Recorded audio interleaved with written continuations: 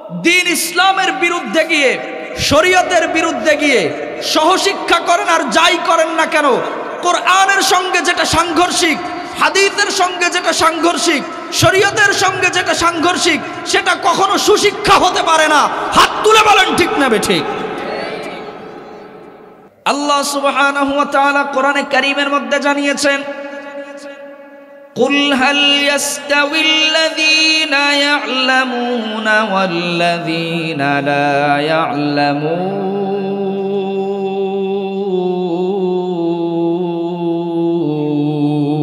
জোরে বলুন আল্লাহু আকবার। রব্বুল আলামিন জানিয়ে দিয়েছেন, ওগো নবীজি, তাম দুনিয়ার মানুষদেরকে আপনি জানিয়ে দেন, হাল ইয়াস্তাবিল্লাযীনা ইয়া'লামুনা ওয়াল্লাযীনা লা ইয়া'লামুন। যাদেরকে আমি রব্বুল আলামিন জ্ঞান দান করেছি, যাদেরকে আমি রব্বুল আলামিন জ্ঞান দিয়েছি, জ্ঞান দিয়ে যাদেরকে আমি রব্বুল আলামিন সম্মানিত করেছি তারা, আর যাদেরকে জ্ঞান দান করি নাই, এই দুই শ্রেণীর মানুষ কখনোই সমান হতে পারে না। জোরে বলেন ঠিক কিনা? জ্ঞানী মানুষ, ইলমওয়ালা মানুষ, আলেম যারা, যাদেরকে রব্বুল আলামিন দ্বীনের জ্ঞান দান করেছেন, এই সমস্ত মানুষেরা, তালিবুল ইলম, মাদ্রাসার ছাত্ররা, যাদেরকে রব্বুল আলামিন জ্ঞান দিয়েছেন, আলেমগণ, তালিবুল ইলম, আলেম যারা তালিবুল ইলমদেরকে পড়ায়, এরা দু শ্রেণীর মানুষ, উভয় শ্রেণীর মানুষ। এরা আর সাধারণ মানুষ, সমাজের সাধারণ মানুষ কখনোই সমান হতে পারে না। বলেছেন কে? কথা বললাম, জ্ঞান এক প্রকার আল্লাহর পক্ষ থেকে, আরেক প্রকার জ্ঞান কার পক্ষ থেকে? শয়তানের পক্ষ থেকে। আওয়াজ দিবেন। জ্ঞান এক প্রকার কার পক্ষ থেকে? আল্লাহর পক্ষ থেকে। আরেক প্রকার জ্ঞান আছে যেটা শয়তানের পক্ষ থেকে। আল্লাহ প্রদত্ত জ্ঞান যেটা মানুষদেরকে মানুষ বানায়, আর শয়তান প্রদত্ত জ্ঞান যেটা মানুষদেরকে মানুষ বানায় না, সেটা মানুষদেরকে অমানুষ বানিয়ে দেয়। আল্লাহ তাআলা রব্বুল আলামিন মানুষদেরকে জ্ঞান দান করেছেন কিসের মাধ্যমে? জোরে বলেন, কোরআনের মাধ্যমে। কিসের মাধ্যমে? আল্লাহ সুবহানাহু ওয়া তাআলা কোরআনে কারীমের সূরাতু ইব্রাহিমের মধ্যে জানিয়েছেন, কিতাবুন আনজালনাহু ইলাইকা লিতুখরিজান নাসা মিনাজ যুলুমাতি ইলান নূর।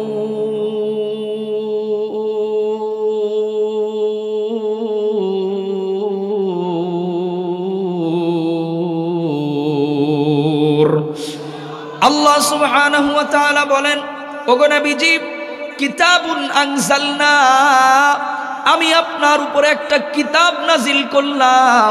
আপনার উপরে আমি কিতাব কি কারণে নাজিল করলাম? কেন আমি আপনার উপরে কিতাব নাজিল করলাম? কিতাব নাজিল করার অর্থ হলো, আমি আপনাকে যেই যুগে প্রেরণ করেছি, যেই সময়ে আমি আল্লাহ সুবহানাহু ওয়া তাআলা আপনাকে প্রেরণ করেছি, এই যুগের মানুষেরা মানুষ ছিল না। শয়তান প্রদত্ত জ্ঞানের দ্বারা প্রভাবিত হয়ে তারা অমানুষে পরিণত হয়েছিল। কেমন অমানুষে তারা পরিণত হয়েছিল? নিজের ভাইকে আপন ভাই ভাই হিসাবে মূল্যায়ন করতো না। সন্তান পিতাকে ভালোবাসতো না, পিতা তার সন্তানকে স্নেহ করতো না। জাহালাতের এমন চরম পর্যায়ে তারা পৌঁছে গিয়েছিল, নিজের আপন সন্তানকে জীবন্ত প্রথিত করতে তারা বিন্দু পরিমাণ কুণ্ঠাবোধ করতো না। বলেন নাউযুবিল্লাহ। আল্লাহ রাব্বুল আলামিন বলেন, এই সময় আমি আপনাকে নাজিল করলাম মক্কার ভূমিতে। নাজিল করার পর আমি আপনাকে একটা কিতাব দিলাম। এই কিতাব দিয়া আমি জানায় দিলাম, ওগো নবীজি, আপনি তামাম দুনিয়ার মানুষদেরকে জানিয়ে দেন। এতদিন পর্যন্ত তারা শয়তান প্রদত্ত জ্ঞান দ্বারা প্রভাবিত হয়ে নিজেরা অমানুষে পরিণত হয়েছিল। এখন আমি আল্লাহ তাআলা রব্বুল আলামিন আপনাকে কিতাব দিলাম। এই কিতাবের জ্ঞান অর্জন করে যারা ব্যক্তি জীবনে, রাষ্ট্রীয় জীবনে, সামাজিক জীবনে, পারিবারিক জীবনে যেখানেই তারা যেখানেই তারা এই কোরআনের জ্ঞানকে যারাই ব্যবহার করবে, আমি আল্লাহ তাআলা রব্বুল আলামিন জানিয়ে দিলাম, আমি তাদেরকে তাদের অন্ধকারাচ্ছন্নতার জীবন থেকে বের করে আমি রব্বুল আলামিন তাদেরকে আলোকোজ্জ্বল একটা সমাজের ভিতরে প্রবেশ করায় দেব। কোন সুবহানাল্লাহ। এই বাচ্চাদেরকে চুপ করানো কোনোভাবেই সম্ভব না। আল্লাহ তাআলা রব্বুল আলামিন জানায় দিলেন, কোরআনের জ্ঞান যারা নিজের ব্যক্তি জীবনে, পারিবারিক জীবনে, রাষ্ট্রীয় জীবনে, সামাজিক জীবনে যেখানেই এই কোরআনের জ্ঞানকে যারা ব্যবহার করবে, কোরআন অনুযায়ী নিজেরা যেখানেই নিজের জীবনকে পরিচালনা করবে, আল্লাহ তাআলা রব্বুল আলামিন বলেন ওই জায়গাটাকে অন্ধকারাচ্ছন্নতা থেকে বের করে আমি আল্লাহ সুবহানাহু ওয়া তাআলা আলোকোজ্জ্বলের মধ্যে আমি রূপান্তরিত করে দেব। কোন সুবহানাল্লাহ। এজন্য নিজের জীবনে কোরআনের জ্ঞান অর্জন করা দরকার। জোরে বলেন আছে না নাই? ব্যক্তি জীবনে কোরআনের জ্ঞান পরিচালনা করা, কোরআনের জ্ঞান অনুযায়ী নিজের জীবনকে পরিচালনা করার দরকার আছে না নাই? সামাজিক জীবনে আছে না নাই? রাষ্ট্রীয় জীবনে আছে না নাই? রাষ্ট্রীয় জীবনে যদি কোরআনের জ্ঞান অনুযায়ী, যদি কোরআনের বিধান অনুযায়ী রাষ্ট্র পরিচালনা করা হতো, তাহলে আজকে বাংলাদেশের দশা এরকম দুর্দশায় পরিণত হতো না। হাত তুলে বলেন ঠিক না বেঠে? যেদিন বাংলাদেশে কোরআনের বিধান কায়েম হয়ে যাবে, সেদিন থেকে বাংলার জমিনে আর কোনো খুন খারাপি হবে না। এই যে মাত্র 2 দিন আগে দেখলাম, 2 দিন আগে ঢাকা থেকে রাজশাহী যাচ্ছে একটা বাস। এই বাসের মধ্যে বাসটাকে থামিয়ে 50 জন যাত্রী রেখে, মহিলার স্বামীকে আটকে রেখে, বন্দুকের নলের সামনে মাত্র 3 জন মানুষ, একজন লোকের স্ত্রীকে পিছনের সিটে নিয়ে ধর্ষণ করেছে। নলের আগায় কেউ আসে নাই, এই জন্য ওই মহিলাকে 3 জনে মিলে ধর্ষণ করে মহিলাটাকে আধমরা বানিয়ে তারপর তারা বাস থেকে নেমে গিয়েছে। নাউজুবিল্লাহ বলতে ইচ্ছা করলো না। চিন্তা করতে পারেন বাংলাদেশের পরিস্থিতি কোন পর্যায়ে পৌঁছেছে। চলন্ত বাস থামিয়েছে, ড্রাইভারকে বলেছে কোনো কথা বলবি না, সমস্ত যাত্রীদেরকে বলেছে কেউ যদি কথা বলে সঙ্গে সঙ্গে তাকে গুলি করা হবে। পেছনের সিটে তার স্বামীর কাছ থেকে কেড়ে নিয়ে 3 জনে মিলে ধর্ষণ করলো। এদেরকে যদি কোরআনের বিধান অনুযায়ী আপনার এই পর্যন্ত গলা পর্যন্ত যদি মাটির ভিতরে পুঁতে রেখে যদি পাথর মেরে হত্যা করা হতো, যদি রজমের বিধান যদি করে দেওয়া হতো, তাহলে ধর্ষণ করার সুযোগ আর কেউ পেত? বলেন না, আওয়াজ দিয়ে বলেন না। এরপর দেখা যায় নির্বাচনের সময় যদি আসে, নির্বাচনের সময় আসলে মানুষ ভোটে দাঁড়ানোর জন্য পাগল হয়ে যায়। আপনারা রাগ করবেন না তো? ক্ষমতা পাওয়ার আগে মনটা ভালো থাকে, পথে ঘাটে পায় যাকে সালামটা দেয় আগে, ঠিক কিনা? ক্ষমতায় গেলে পরে ক্ষমতার ওই জোরে এই জনতাকে সে আর চিনে না, ঠিক কিনা? যে কথা না বলে আমি থাকতে পারি না। নেতারা একজন ভোটে দাঁড়ানোর সময় পাগল হয়ে যায়, মাথা খারাপ হয়ে যায়, নিজের ছেলেকে পর্যন্ত লেলিয়ে দেয়। ও নিজের ছেলে নিজের বাবার নামে স্লোগান দেয় যে অমুক ভাইয়ের চরিত্র ফুলের মতো পবিত্র, নামাজ পড়ে না, এক ওয়াক্ত আছে না নাই। করোনার সময় দেখা গেল যে এক চেয়ারম্যানের খাট উঁচু করে দেখা গেল যে ত্রাণের যেই তেলের বোতলগুলো আছে সব ওই নেতার খাটের নিচে। করোনার সময় দেখা গিয়েছিল চুরির অপরাধে এই নেতার হাত দুটোকে যদি কেটে দেওয়া হতো, তাহলে নেতারা পরবর্তী নির্বাচন করার আগে 10 বার ভাবতো। আওয়াজ তুলে বলেন ঠিক না বেঠে? সম্মানিত হাজিরিন, এজন্য কোরআনের জ্ঞান থাকা খুব বেশি জরুরি। ইলম, সমাজে ইলমের, কোরআন এবং হাদিসের ইলম অনুযায়ী সমাজ পরিচালনা করা অত্যন্ত জরুরি। কথা বলেন ঠিক না বেঠিক? কারণ কোরআনের জ্ঞান কার পক্ষ থেকে? কে নাজিল করেছেন? আল্লাহর হাবিব সাল্লাল্লাহু আলাইহি ওয়াসাল্লাম মক্কাতুল মুকাররমা থেকে কিছুটা দূর এগিয়ে গিয়ে একটা বিশাল পাহাড় আছে, আমি হিসাব করে দেখলাম প্রায় যদি তলায় কনভার্ট করা হয়, বিল্ডিংয়ের তলা অনুযায়ী যদি কনভার্ট করা হয়, তাহলে প্রায় 1200 তলা উঁচু হবে। আল্লাহু আকবার। জাবালে নূর, এই জাবালে নূরের একেবারে উপরে উঠে সেখান থেকে কিছুটা নিচে গিয়ে একটা জায়গা আছে, একটা গুহা মতো আছে, এটাকে বলা হয় হেরা গুহা, জাবালে হেরা নামেও পরিচিত। মূলত জাবালে নূরের উপরে এই হেরা গুহা অবস্থিত রয়েছে। গিয়েছেন মক্কাতুল মুকাররমায় গিয়েছেন কারা কারা? একটু হাত তোলেন তো। বাইতুল্লাহ, মাশাআল্লাহ। বাইতুল্লাহ জাবালে নূর পর্বতে একটা গুহা আছে, হেরা গুহা, যেখানে আল্লাহ সুবহানাহু ওয়া তাআলা কোরআনুল কারীম নাজিল করেছিলেন। সুবহানাল্লাহ বলেন। নবীজি সাল্লাল্লাহু আলাইহি ওয়াসাল্লাম জাবালে নূরে সেখানে দীর্ঘ 40টা দিন পর্যন্ত তিনি আল্লাহ পাক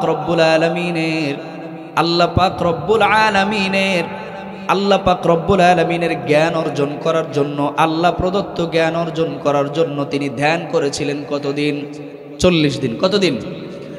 40 দিন অতিবাহিত হয়ে যাওয়ার পর হযরত জিবরিল আমিন বিশ্বনবী জনাবে মুহাম্মদুর রাসূলুল্লাহ সাল্লাল্লাহু আলাইহি ওয়াসাল্লামের সামনে আসলেন। নবীজির সামনে এসে বললেন, ইকরা, পড়েন। নবীজি বললেন, মা আনা বিকারিইন, আমি পড়তে জানি। কথা বলেন, আমি পড়তে জানি। বললেন, মা আনা বিকারিইন, আমি পড়তে জানি না। ফাগাত্তানি, এরপর জিবরিল আমিন নবীজিকে একটা চাপ দিলেন নিজের বুকের সঙ্গে। নবীজি তারপরেও বলছেন, মা আনা বিকারিইন, আমি পড়তে জানি না। জিবরিল আমিন দ্বিতীয়বার আবার বলছেন, ইকরা, পড়েন। নবীজি তাও বললেন, আমি পড়তে জানি না। ফাগাত্তানি, আবার জিবরিল আমিন নবীজিকে আবার চাপ দিলেন। নবীজি তাও বলছেন, মা আনা বিকারিইন, আমি পড়তে জানি না। তৃতীয়বার জিবরিল আমিন বলছেন, ইকরা বিসমি রাব্বিকাল্লাযী খালাক, আপনি পড়ুন সেই রবের নামে যেই রব আপনাকে সৃষ্টি করেছেন। বলেন আল্লাহু আকবার। এই কথা বলার সঙ্গে সঙ্গে নবীজি সাল্লাল্লাহু আলাইহি ওয়াসাল্লাম বললেন, ইকরা বিসমি রাব্বিকাল্লাযী খালাক, খালাকাল ইনসানা মিন আলাক, ইকরা ওয়া রাব্বুকাল আকরাম আল্লাযী আল্লামা বিল কলম আল্লামাল ইনসানা মা লাম ইয়ালাম। জোরে বলুন আল্লাহু আকবার। নবীজি সাল্লাল্লাহু আলাইহি ওয়াসাল্লাম একসঙ্গে কয় আয়াত পড়ে নিলেন? 5টি আয়াত নবীজি সাল্লাল্লাহু আলাইহি ওয়াসাল্লাম পড়ে নিলেন। নবীজি সাল্লাল্লাহু আলাইহি ওয়াসাল্লাম ভীত সন্ত্রস্ত অবস্থায় কাঁপতে কাঁপতে আম্মা জান খাদিজাতুল কুবরা রাদিয়াল্লাহু তাআলা আনহাকে গিয়ে বলছেন, জাম্মিলুনি, জাম্মিলুনি, আমাকে তুমি কম্বল দিয়ে পেঁচিয়ে দাও, আমি ভীত সন্ত্রস্ত অবস্থায় আছি। আম্মা জান খাদিজাতুল কুবরা রাদিয়াল্লাহু তাআলা আনহা নবীজিকে বললেন, নবীজি, ও প্রাণের স্বামী আমার, কি হয়েছে? আপনি এমন করে কাঁপছেন কেন? নবীজি বলছেন, নবীজি সাল্লাল্লাহু আলাইহি ওয়াসাল্লাম ঘটনার আদ্যপান্ত আম্মা জানের সামনে উনি ব্যক্ত করলেন, বর্ণনা করলেন। আম্মা জান বললেন, ওগো নবীজি, ও আমার প্রাণের স্বামী, আমি জেনেছিলাম বিবাহের পূর্বেই আমি জানতে পেরেছিলাম আপনার ভিতরে আমি এমন আলামত দেখতে পেয়েছিলাম, আল্লাহ সুবহানাহু ওয়া তাআলা আপনাকে একটা বিশেষ মর্যাদায় বিশেষায়িত করবেন। এই কারণে আপনাকে বিবাহ করার অন্যতম কারণ সমূহের মধ্যে এটাও একটা কারণ। ওগো নবীজি, আমার ধারণা অনুযায়ী আল্লাহ সুবহানাহু ওয়া তাআলা হয়তো জগতের দিকভোলা মানুষদেরকে সঠিক পথ দেখানোর জন্য একটা গুরু দায়িত্ব আপনার উপর অর্পণ করেছেন। ওগো নবীজি, এই কারণে সামনের পথগুলো আপনার জন্য চলা কঠিন হতে পারে। নবীজি, আমি জানিয়ে দিলাম, জগতের কোনো মানুষও যদি আপনার সঙ্গে না থাকে, আমি খাদিজাতুল কুবরা আপনার সঙ্গে থাকবো। আপনার কিতাবে কালামের উপর আমি ঈমান আনলাম, আপনার নবুয়তের উপরে আমি ঈমান আনলাম। আম্মাজান খাদিজা পড়ে নিলেন, সকলে পড়ুন আমার সঙ্গে, লা ইলাহা ইল্লাল্লাহু মুহাম্মাদুর রাসূলুল্লাহ। নবীজি সাল্লাল্লাহু আলাইহি ওয়াসাল্লামকে আল্লাহ সুবহানাহু ওয়া তাআলা বললেন, ইয়া আইয়ুহাল মুজাম্মিল, ও চাদরওয়ালা, এভাবে শুয়ে থাকলে হবে না, ভীত সন্ত্রস্ত হলে হবে না, ভীত হওয়ার কোনো কারণ নাই, ভয় পাওয়ার কোনো কারণ নাই। ওয়ালা তাহিনু ওয়ালা তাহজানু ওয়া আনতুমুল আ'লাউনা ইন কুনতুম মুমিনিন, কিতাবুন উনজিলা ইলাইকা ফালা ইয়াকুম ফি সাদরিকা হারাজুম মিনহু লিতুনযিরা বিহি ওয়া যিকরা লিল মুমিনিন। ভীত হবেন না, সন্ত্রস্ত হবেন না, ভয় পাবেন না, চিন্তাগ্রস্ত হবেন না, দুশ্চিন্তা আপনি করবেন না। আপনি হকের দাওয়াত দিবেন, আপনার সঙ্গে একজন আছেন, আওয়াজ দিয়া বলেন তিনি কে? আল্লাহ সুবহানাহু ওয়া তাআলা জানিয়ে দিলেন, এই জ্ঞান আমি দান করেছি, এই কিতাব আমি দান করেছি। ওগো নবীজি, ওয়া রাব্বাকা ফাকাব্বির, আপনি আপনার রবের বড়ত্বের ঘোষণা দেন, এই জ্ঞান আপনি মানুষদের সামনে পৌঁছায় দেন, এই জ্ঞান আপনি মানুষদের কাছে প্রচার করেন, প্রসার করেন, এই জ্ঞান আপনি প্রচার করে সমস্ত মানুষদের সামনে ছড়িয়ে দেন। তামাম দুনিয়ার মানুষদেরকে ইসলামের সুশীতল ছায়াতলে আসার জন্য আপনি আহ্বান করেন। নবীজি, আপনার দায়িত্ব প্রচার করার, আমি আল্লাহ তাআলা রব্বুল আলামিনের দায়িত্ব হলো মানুষদেরকে আপনার নিকটবর্তী করার। ওগো নবীজি, আপনি আপনার দায়িত্ব পালন করবেন, যারা ইসলামের সুশীতল ছায়াতলে আশ্রয় গ্রহণ করবে, আমি আল্লাহ সুবহানাহু ওয়া তাআলা তাদেরকেও বিশেষ মর্যাদায় বিশেষায়িত করব। আর যারা আপনার থেকে মুখ থুবড়ে পড়বে, যারা বিমুখতা প্রদর্শন করবে, আমি আল্লাহ সুবহানাহু ওয়া তাআলা তাদেরকে ইতিহাসের আস্থা করে নিক্ষেপ করব। বলেন নাউযুবিল্লাহ। এদিকে লক্ষ্য করেন, এদিকে খেয়াল করেন। আল্লাহ তাআলা রব্বুল আলামিন বলে দিলেন, কোরআনের জ্ঞান যারা অর্জন করবে তাদেরকে আমি আল্লাহ তাআলা রব্বুল আলামিন বিশেষ মর্যাদায় বিশেষায়িত করব। এটার দলিল হলো আল্লাহ সুবহানাহু ওয়া তাআলা কোরআনে কারীমের সূরাতুর রহমানের মধ্যে জানিয়েছেন, আর রহমানু আল্লামাল কুরআন।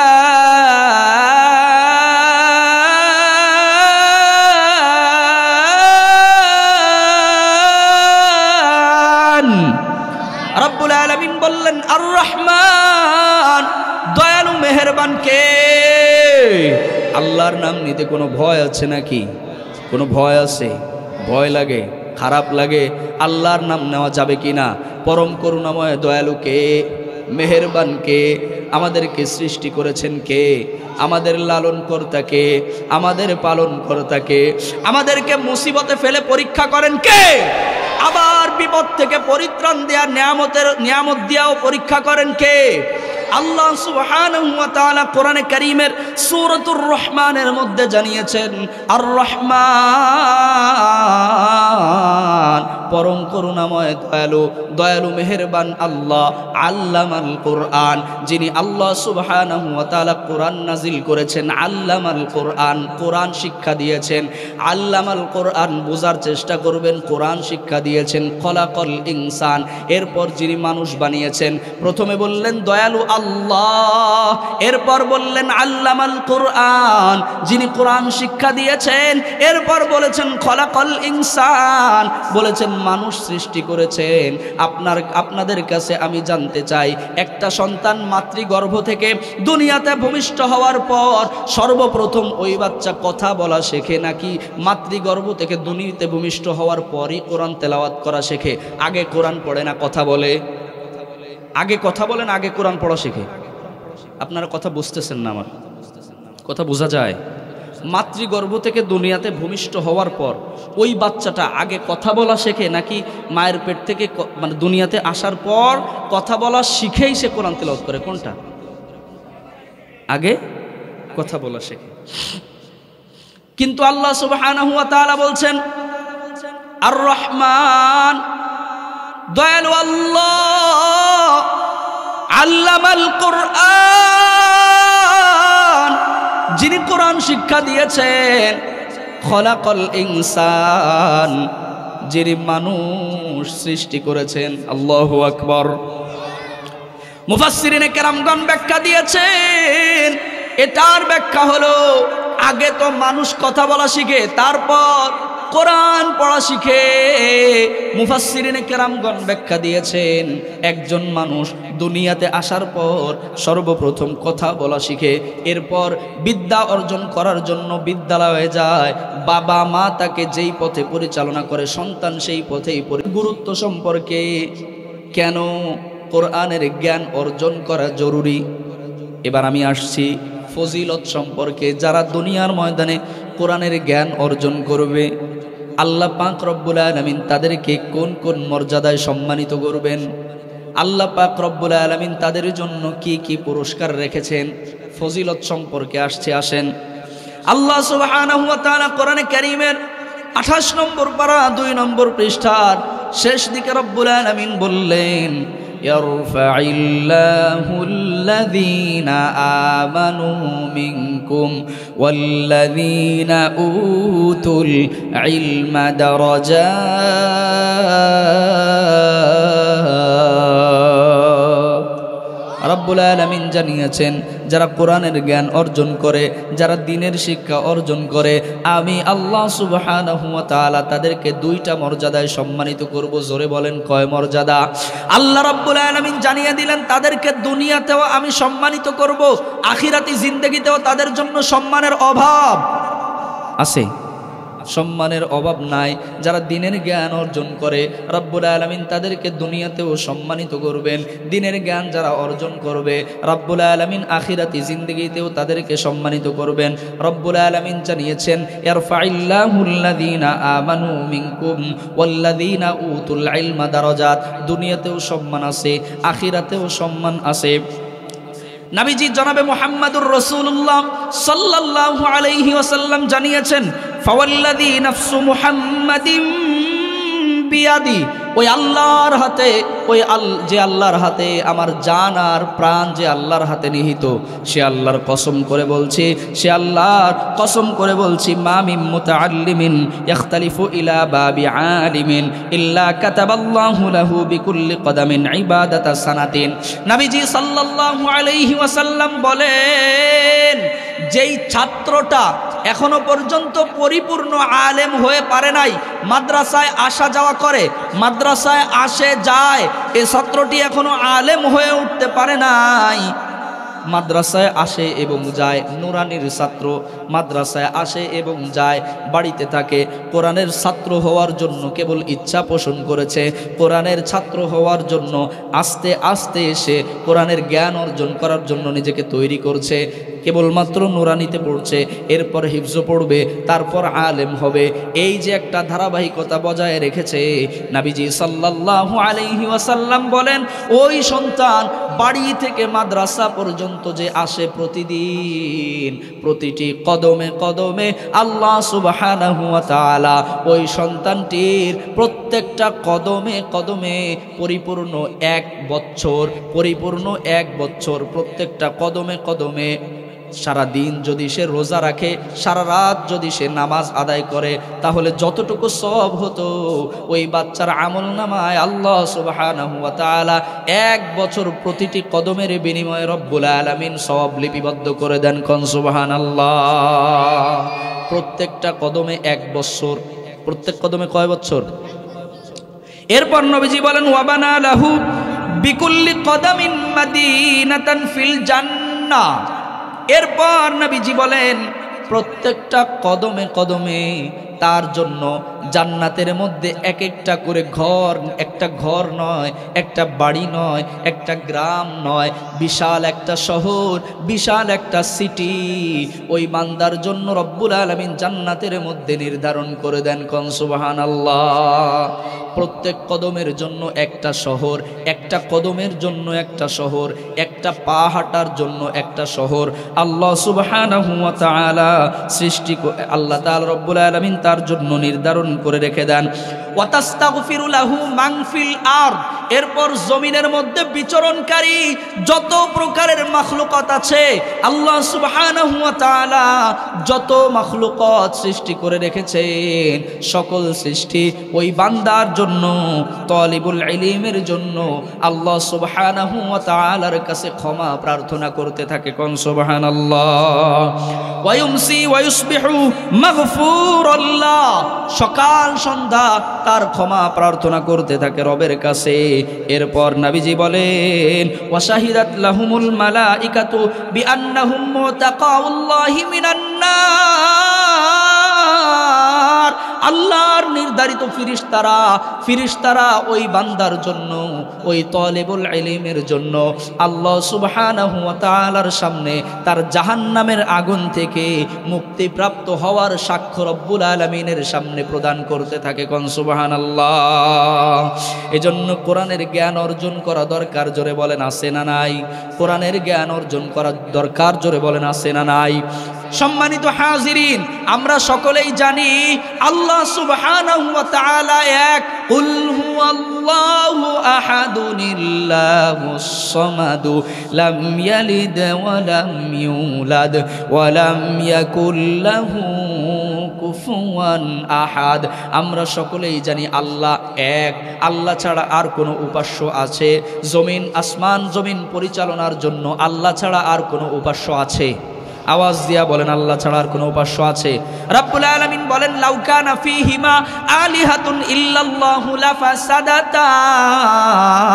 আল্লাহ তাআলা রব্বুল আলামিন বলেন জমিনের মধ্যে যদি আমি আল্লাহ সুবহানাহু ওয়া তাআলা ছাড়া আর কোনো যদি শাসনকর্তা, পালনকর্তা, লালনকর্তা আর যদি কোনো খোদা থাকতো, তাহলে জমিনটা বিশৃঙ্খলা হয়ে যেত, জমিন পরিচালনায় বিশৃঙ্খলা হয়ে যেত। কেমন? যদি আসমান মালিক একজন হতেন, যদি মেঘের মালিক একজন হতেন, যদি বৃষ্টি পরিচালনার দায়িত্বে আরেকজন থাকতেন, তাহলে মেঘের মালিক যিনি, মেঘের খোদা যিনি, তিনি বলতেন এখন মেঘ হবে, এখন বৃষ্টি দেওয়া যাবে না। আর বৃষ্টির খোদা যিনি, তিনি বলতেন এখনই বৃষ্টি হবে, এখন আর মেঘ দীর্ঘায়িত করা যাবে না। এই যে মতের অমিল, এটার কারণে জমিনের মধ্যে বিশৃঙ্খলা হয়ে যেত। কিন্তু আমি রব্বুল আলামিন এক, আমার আর কোনো উপাস্য নাই, আমার আর কোনো উপাস্য নাই। এজন্য ইন্নামা আমরুহু ইযা আরাদা শাইআন আইয়াকুলা লাহু কুন ফায়াকুন। জমিনের মধ্যে যখন যেটার প্রয়োজন হয়, আমি আল্লাহ সুবহানাহু ওয়া তাআলা কেবলমাত্র জবান দিয়া বলি কুন, আর ফায়াকুন সঙ্গে সঙ্গে হয়ে যায়। এটা ক্ষমতা একমাত্র একজনের, জোরে বলেন তিনি কে? তাহলে আমরা জেনে নিলাম আল্লাহ এক, আল্লাহর আর কোনো উপাস্য আছে। কিন্তু নবীজি সাল্লাল্লাহু আলাইহি ওয়াসাল্লাম বলেছেন আনাস ইবনে মালিক রাদিয়াল্লাহু তাআলা আনহু ক্বালা রাসূলুল্লাহ সাল্লাল্লাহু আলাইহি ওয়াসাল্লাম, আনাস ইবনে মালিক বর্ণনা করেছেন নবীজি সাল্লাল্লাহু আলাইহি ওয়াসাল্লাম বলেছেন ইন্না লিল্লাহি আহলিনা মিনান নাস। সহিহ ইবনে মাজার 215 নম্বর হাদিসে বর্ণনা। নবীজি বলেন আল্লাহর পরিজন রয়েছেন, আল্লাহ পাক রব্বুল আলামিন নিজের আহাল বলে ঘোষণা দিয়েছেন, আল্লাহর পরিবার বলে ঘোষণা দিয়েছেন। জমিনের মধ্যে কিছু মানুষ আছে যারা আল্লাহর আহাল, যারা আল্লাহর পরিবার। আল্লাহু আকবার, আরো জোরে কন্যা আল্লাহু আকবার। জমিনের মধ্যে কিছু মানুষ আছে যারা আল্লাহর আহাল, যারা আল্লাহর পরিবার। ক্বালু ইয়া রাসূলুল্লাহ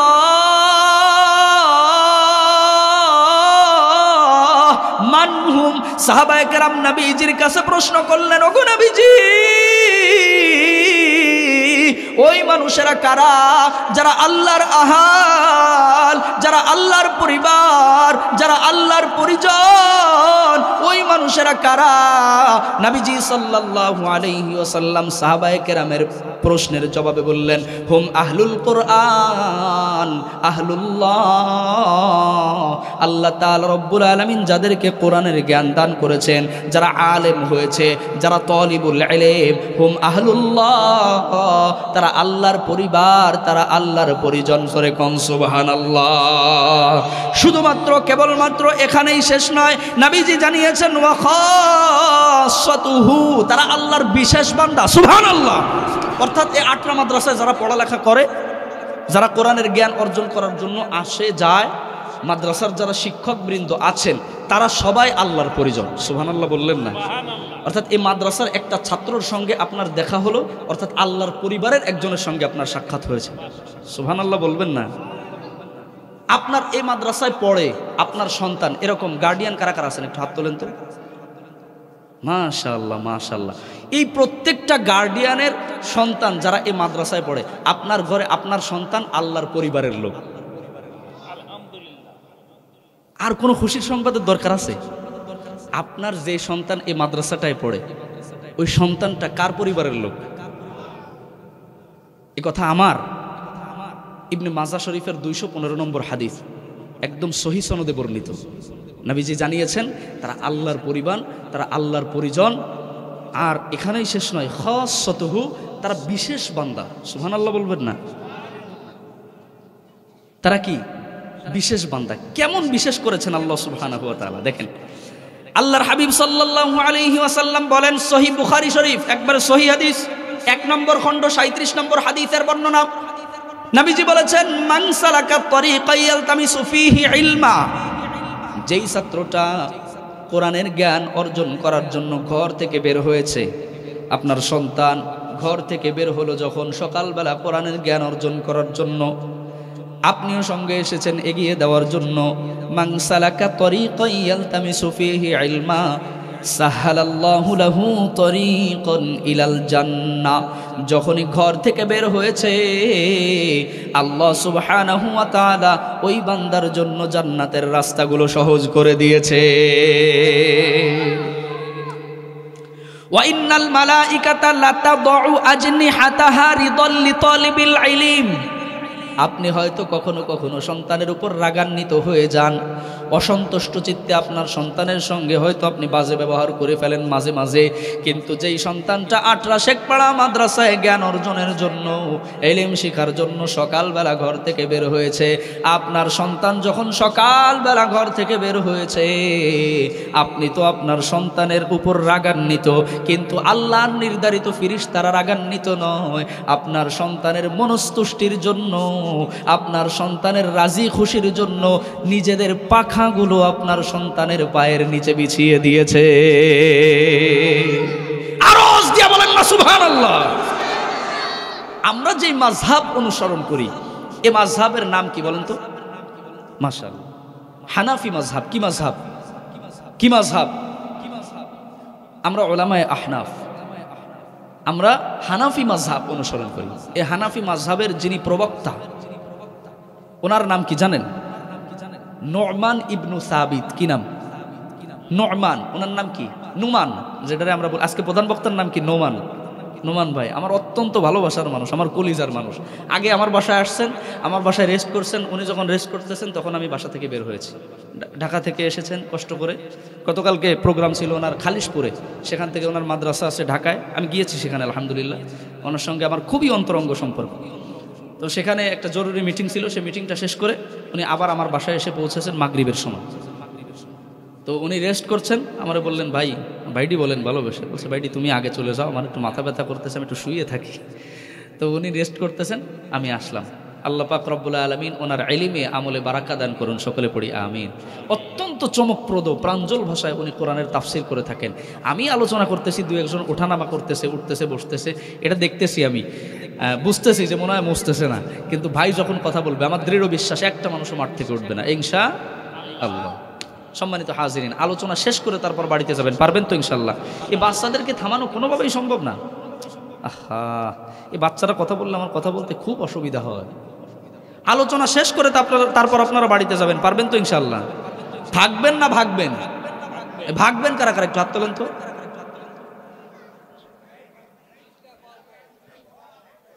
আল্লাহ পাক রব্বুল আলামিন আমাদেরকে তৌফিক দান করুন। এই বুঝি না বলেই তো 14 টাকার পেঁয়াজ 450 টাকা কিনে খাওয়া লাগে, বুঝেন না? বুঝতে পারি না যে কোন জায়গায় হাত তোলা লাগবে আর কোন জায়গায় হাত নামানো লাগবে, এটা বোঝেন না বলেই তো আপনার চিনির দাম 25 টাকা চিনি কিনে খাওয়া লাগে 155 টাকা, ঠিক কিনা বলেন? সম্মানিত হাজিরিন, ওই তাফসির যদি করতাম আজকে তাই একটা লোক উঠতো না, আমার দৃঢ় বিশ্বাস। গতকালকে মাহফিল ছিল পাটকেল ঘাটা, 2.5 ঘন্টা কথা বলছি, 8:50 আমার উঠাইছে, আমি স্টেজ থেকে নামছি 11:20। প্রধান বক্তা এসে বলতেছে আমি আর কি কথা বলবো, আমি বললাম না সালার। ওই তাফসির যদি আজকে করতাম আমার মনে হয় কেউ উঠতো না। যাই হোক, কোরআনের জ্ঞান এটা অত্যন্ত চমকপ্রদ বিষয়, এই বিষয়টা নিয়ে আলোচনা হওয়া অত্যন্ত জরুরি। সম্মানিত হাজিরিন, তো বলছিলাম আমরা যেই মাযহাব অনুসরণ করি ওনার নাম হচ্ছে, এই মাযহাবের প্রবক্তা যিনি ওনার নাম হচ্ছে নোমান। কি নাম? নোমান। ওনার বাবার নাম সাবিত, তো এই জন্য ওনাকে বলা হয় নোমান ইবনু সাবিত। নোমানের এই সাবিতের ছেলে নোমান। নোমান ইবনু সাবিত উনি যখন ছোট বাচ্চা, কেবলমাত্র মাদ্রাসায় আসা যাওয়া করে দিনের জ্ঞান অর্জন করার জন্য, দিনের জ্ঞান অর্জন করার জন্য মাদ্রাসায় আসা যাওয়া করে। ক্লাসের ফার্স্ট বয়, ক্লাসের প্রথম ছাত্র নোমান। কিন্তু প্রতিদিন ক্লাসে আসতে একটু দেরি হয়ে যায়, প্রতিদিন ক্লাসে আসতে একটু দেরি হয়ে যায়। শিক্ষক প্রতিদিন একটু দেরি করেই ক্লাস নেওয়া শুরু করেন, কারণ নোমান আসবে। ক্লাসের যে ফার্স্ট বয়, ক্লাসের ফার্স্ট বয় প্রথম ছাত্র, যে এক রোল করা ছাত্র যেই ছেলে, সে যদি ক্লাসে অনুপস্থিত থাকে তাহলে ক্লাসটা মজে। এজন্য শিক্ষক প্রতিদিন একটু দেরি দেরি করে ক্লাস নিতে থাকেন। নোমানের উপর অতিষ্ঠ হয়ে একদিন জিজ্ঞাসা করলেন, কিরে নোমান, তোমার আসতে প্রতিদিন কেন দেরি হয়ে যায়? নোমান ইবনু সাবিত উনি বললেন, আমি যখন ঘর থেকে বের হই আমি আমার সামনে দেখি বিরাট আজগুবি প্রাণী তার পাখা আমার পায়ের নিচে বিছিয়ে দিয়েছে। সুবহানাল্লাহ। এই জন্য আমি তাদের পাখাগুলো পাড়াতে চাই না, এজন্য আমার প্রতিদিন ক্লাসে আসতে দেরি হয়ে যায়। নোমান ইবনু সাবিতকে শিক্ষক ডাক দিয়া বললেন, তোমার কাছে মনে হতে পারে আজগুবি প্রাণী, কিন্তু এটা আল্লাহ প্রদত্ত, আল্লাহ সুবহানাহু ওয়া তাআলার নির্ধারিত ফেরেশতারা তোমার মনস্তুষ্টির জন্য, তোমার রাজি খুশির জন্য, তোমার ভালোবাসা অর্জন করার জন্য, তোমার মর্যাদার কারণে আল্লাহ সুবহানাহু ওয়া তাআলার নির্দেশ অনুযায়ী তোমার পায়ের নিচে তারা নিজেদের পাখাগুলোকে বিছিয়ে দেয়। কোন সুবহানাল্লাহ। ওয়া তাদউল মালাইকাতা আজনিহাতাহা রিদাল লিতালিবিল ইলম ওয়া ইন্নাল মালাইকাতা লাতাদউ আজনিহাতাহা রিদাল লিতালিবিল ইলম ওয়া তাস্তাগফিরু লাহু মান ফিস সামাওয়াতি ওয়া মান ফিল আরদ। আর যেই সন্তানটা কোরআনের জ্ঞান অর্জন করার জন্য মাদ্রাসায় প্রতিদিন আসা যাওয়া করে, তলিবুল ইলম, এই মাদ্রাসার যেই সমস্ত ছাত্ররা রয়েছেন, এই মাদ্রাসার যারা শিক্ষক বৃন্দ রয়েছেন, তাদের জন্য আসমানের নিচে, জমিনের উপরে, আসমানের উপরে, জমিনের নিচে যত প্রাণী আছে সব প্রাণী সকাল থেকে সন্ধ্যা পর্যন্ত এই তলিবুল ইলম এবং আলেমদের জন্য আল্লাহ সুবহানাহু ওয়া তাআলার দরবারে ক্ষমা প্রার্থনা করতে থাকে। কোন সুবহানাল্লাহ। নবীজি সাল্লাল্লাহু আলাইহি ওয়াসাল্লাম বলেন, হাত্তাল হাইতানি ফিল মা, শুধুমাত্র কেবলমাত্র জমিনের উপরে আসমানের নিচের প্রাণীগুলোই শেষ নয়। নবীজি জানিয়েছেন জমিনের নিচে পানির মধ্যে যেই মাছগুলো থাকে, পানির মধ্যে যেই পোকামাকড়গুলো থাকে, এগুলো পর্যন্ত ওই বান্দার জন্য, তলিবুল ইলমের জন্য, আলেমের জন্য আল্লাহ তাআলা রব্বুল আলামিনের দরবারে ক্ষমা প্রার্থনা করতে থাকে। কোন সুবহানাল্লাহ। এই মাদ্রাসায় যারা পড়ে, এই মাদ্রাসার যারা আলেম ওলামা আছে, তাদেরকে আল্লাহ তাআলা রব্বুল আলামিন একটা বিষয়ের সঙ্গে তুলনা করেছেন। নবীজি সাল্লাল্লাহু আলাইহি ওয়াসাল্লাম হাদিসে পাকের মধ্যে বলেন, ওয়া ইন্না ফাদলাল আলিমি আলাল আবিদি কাফাদলিল কমারি আলা সাইরিল কাওয়াকিব। নবীজি সাল্লাল্লাহু আলাইহি ওয়াসাল্লাম বলেন, রাত্রিবেলা যেই রাত্রিতে চাঁদও উঠে, আবার অসংখ্য তারকারাজিও থাকে, দুনিয়ার মানুষেরা তোমরা যদি ওই রাত্রিতে আসমানের দিকে তাকাও, আসমানের দিকে তাকিয়ে দেখবা তারকারাজির উপরে আল্লাহ তাআলা রব্বুল আলামিন চাঁদকে যেমন মর্যাদা দিয়েছেন, তারকারাজিগুলোকে ছোট্ট ছোট্ট দেখা যায়, কিন্তু চাঁদের আলো পুরা পৃথিবীর মধ্যে ছড়িয়ে যায়। দুনিয়ার মধ্যে যারা ইলম শিক্ষা করেছে, আমি আল্লাহ তাআলা রব্বুল আলামিন যাদেরকে দ্বীনের জ্ঞান দান করেছি, সেই সমস্ত মানুষদের উপমা দিলাম সাধারণ মানুষগুলোর উপরে। সাধারণ তারকারাজির উপরে চাঁদের মর্যাদা যেমন, সাধারণ মানুষদের উপরে একজন আলেমের মর্যাদা আমি আল্লাহ সুবহানাহু ওয়া তাআলা তেমন বাড়িয়ে দিয়েছি। কোন সুবহানাল্লাহ।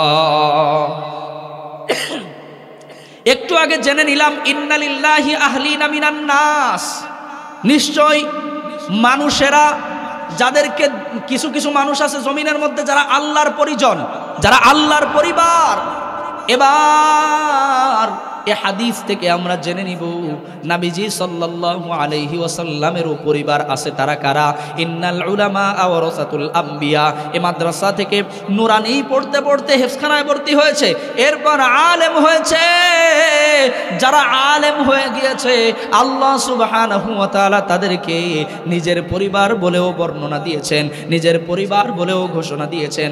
এরপর নবীজি সাল্লাল্লাহু আলাইহি ওয়াসাল্লাম বলেন ইন্নাল উলামা ওয়ারাসাতুল আম্বিয়া, যারা আলেম হয়েছে, যারা দ্বীনের জ্ঞান অর্জন করেছে, সেই সমস্ত মানুষেরা আমি নবীজির ওয়ারিস, আমি নবীজির পরিবার পরিজন। কোন সুবহানাল্লাহ। শুধুমাত্র কেবলমাত্র ঔরস থেকে জন্মগ্রহণ করলেই তাকে আল্লাহর ওয়ারিস আর নবীর ওয়ারিস বলে গণ্য করা হয় না। যদি তাই করা হতো তাহলে হযরতে নূহ পয়গম্বরের সন্তান কেনানকেও গণ্য করা হতো।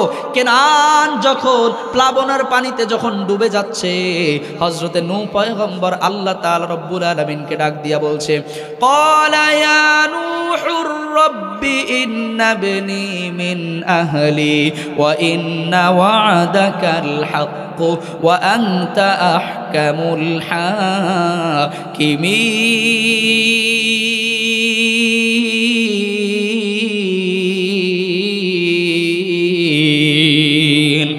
হযরত নূহ পয়গম্বর আল্লাহ তাআলা রব্বুল আলামিনকে ডাক দিয়া বললেন, আল্লাহ আপনি আহকামুল হাকিমিন, ওগো মালিক আমার নিজের ঔরসজাত সন্তান কেনান মহাপ্লাবনের পানির মধ্যে ডুবে যায়। ওগো আল্লাহ আমার সন্তানকে আপনি প্লাবনের পানির থেকে পরিত্রাণ দেন। কিন্তু রব্বুল আলামিন সঙ্গে সঙ্গে জানিয়ে দিলেন, ক্বালা ইয়া নূহ, রব্বুল আলামিন নূহ পয়গম্বরকে ডাক দিয়া বললেন, ইন্নাহু লাইসা মিন আহলিক, ও নূহ তোমার সন্তান তোমার ঔরসজাত হতে পারে, কিন্তু ইন্নাহু আমালুন গায়রু সালিহ, তার আমলটা পরিশুদ্ধ না থাকার কারণে, তার আমলটা ভালো না হওয়ার কারণে, তার অন্তরের মধ্যে তার কলবের মধ্যে ঈমান না থাকার কারণে তাকে তোমার সন্তান বলে গণনা করা হবে। নবীদের ওয়ারিস গণনা করা হয় ইলমের মাধ্যমে। নবীজি দুনিয়ার মধ্যে প্রেরিত হয়েছিলেন দ্বীনের জ্ঞান প্রচার করার জন্য, আর দুনিয়ার মধ্যে এখন নবীজি নাই, এজন্য এখন যারা দ্বীনের জ্ঞান অর্জন করবে তারাই নবীর ওয়ারিস। সুবহানাল্লাহ কন্যা।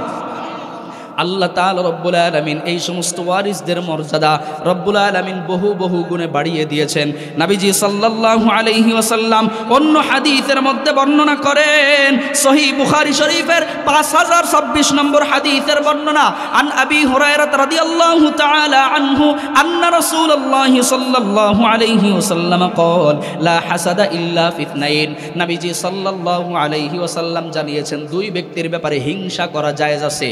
দুই ব্যক্তির ব্যাপারে হিংসা করা জায়েজ। কয় ব্যক্তির ব্যাপারে হিংসা করা জায়েজ? ঈর্ষা করা জায়েজ দুই ব্যক্তির ব্যাপারে। আর কোন ব্যাপারে ঈর্ষা করা জায়েজ আছে? অহংকার করা একজনের চাদর, তিনি কে? তিনি কে? আওয়াজ দিয়ে বলেন, অহংকার একজন করবেন, তিনি কে?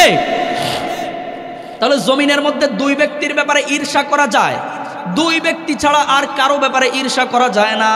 এই দুই ব্যক্তি কারা? নবীজি সাল্লাল্লাহু আলাইহি ওয়াসাল্লাম জানিয়েছেন, রাজুলুন আল্লামাহুল্লাহুল কুরআন ফাহুয়া ইয়াতলুহু আনা আল-লাইলি ওয়া আনা আন-নাহার। দুনিয়ার মধ্যে যাদেরকে কোরআনের জ্ঞান দেওয়া হয়েছে, দুনিয়ার মধ্যে যারা হাফেজে কোরআন হয়েছে, দুনিয়ার মধ্যে যাদেরকে আল্লাহ তাআলা রব্বুল আলামিন সুমধুর সুরে কোরআনুল কারীম তেলাওয়াত করার মতো সক্ষমতা দান করেছেন, আর যাদেরকে হাফেজে কোরআন বানিয়েছেন তারা ঘরের মধ্যে বসে কোরআনুল কারীম তেলাওয়াত করে। আর রহমান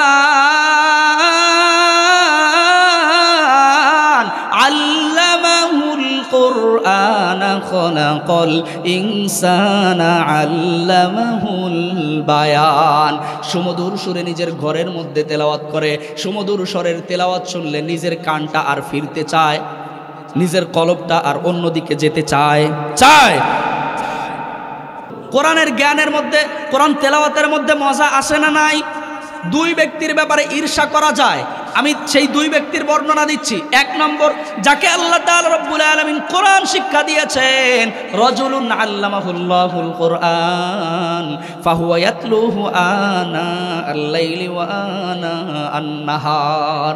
যাকে আল্লাহ তাআলা রব্বুল আলামিন কোরআন শিক্ষা দিয়েছেন, এই কোরআন অনুযায়ী ওই বান্দা কোরআনুল কারীম প্রতিদিন সকাল সন্ধ্যায় তেলাওয়াত করে, আর তেলাওয়াত শোনার পর ফাসামিআহু জারুল্লাহ, পাড়া প্রতিবেশীরা যারা তার তেলাওয়াত শুনে শুনে নিজে নিজে ঈর্ষান্বিত হয়, নিজে নিজে আফসোস করতে থাকে, আহারে আমিও যদি তোমার সন্তানটার মতো সুন্দর করে কোরআনুল কারীম তেলাওয়াত করতে থাকতাম। পাড়া প্রতিবেশী, আপনার সন্তান 8টা মাদ্রাসায় পড়ে, 8 পাড়ার হাফেজ হয়েছে, এখান থেকে বাড়িতে বেড়াতে গিয়েছে, বাড়িতে অনুষ্ঠান, বহু আত্মীয় স্বজন বেড়াতে আসছে, আপনার কাছে জিজ্ঞাসা করছে, আব্দুল কুদ্দুস তোমার সন্তান কয় পাড়ার হাফেজ? বলে 8 পাড়া, একটু তেলাওয়াত করতে বলো তো।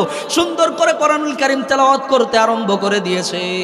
আলহামদুলিল্লাহি রাব্বিল আলামিন আর রহমানির রহিম মালিকি ইয়াউমিদ্দিন ইয়্যাকা না'বুদু ওয়া ইয়্যাকা নাস্তাঈন।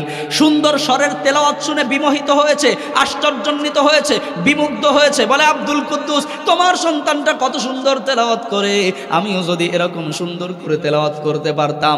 জীবনে মাদ্রাসার বিরোধিতা করছে, মাদ্রাসায় পড়াইস না, সন্তান মানুষ হতে পারবে না, টাকা পয়সা ইনকাম করতে পারবে না। বার্ধক্যে উপনীত হওয়ার পর দুনিয়াবি শিক্ষায় শিক্ষিত সন্তানটা যখন বৃদ্ধাশ্রমে পাঠিয়ে দিয়েছে, তখন আফসোস করে বলছে তোমার সন্তানের মতো যদি আমি তেলাওয়াত করতে পারতাম। ঠিক কিনা? কথা বলেন না কেন, ঠিক না বেঠে? আরে কোরআনুল কারীমের তেলাওয়াত শুনে আবু জাহাল, আবু লাহাব পর্যন্ত ঈর্ষান্বিত হয়ে যেত। কারণ কোরআনের মধ্যে যে ছন্দমিল, যে অন্তমিল আল্লাহ তাআলা রব্বুল আলামিন রেখে দিয়েছেন, দুনিয়ার আর কোনো কিতাবে এত সুন্দর, এত বিমুগ্ধতা আছে? আল্লাহ তাআলা রব্বুল আলামিন কত সুন্দর ছন্দমিল রেখে দিয়েছেন, শেষে সিন দিয়ে রব্বুল আলামিন কোরআনে কারীম বর্ণনা করেন, কুল আউযু বিরাব্বিন নাসি মালিকিন নাসি ইলাহিন নাস মিন শাররিল ওয়াসওয়াসিল খান্নাস আল্লাযী ইউওয়াসওয়িসু ফি সুদুরিন নাস মিনাল জিন্নাতি ওয়ান নাস। সিনে সিনে মিল আসে না নাই? আর রহমান আল্লামাল কোরআন খলাকাল ইনসান আল্লামাহুল বায়ান, নুনে নুনে মিল আসে না নাই? ওয়াইলুল লিকুল্লি হুমাযাতিল লুমাযা আল্লাযী জামাআ মালান ওয়া আদ্দাদা ইয়াহসাবু আন্না মালাহু আখলাদা কাল্লা লা ইউনবাদান্না ফিল হুতামা। মিল আসে না নাই? হায় হায় মিল আসে না নাই? আল কারিআহ মাল কারিআহ ওয়া মা আদরাকা মাল কারিআহ, মিল আসে না নাই? সুবহানাল্লাহ বলবেন না?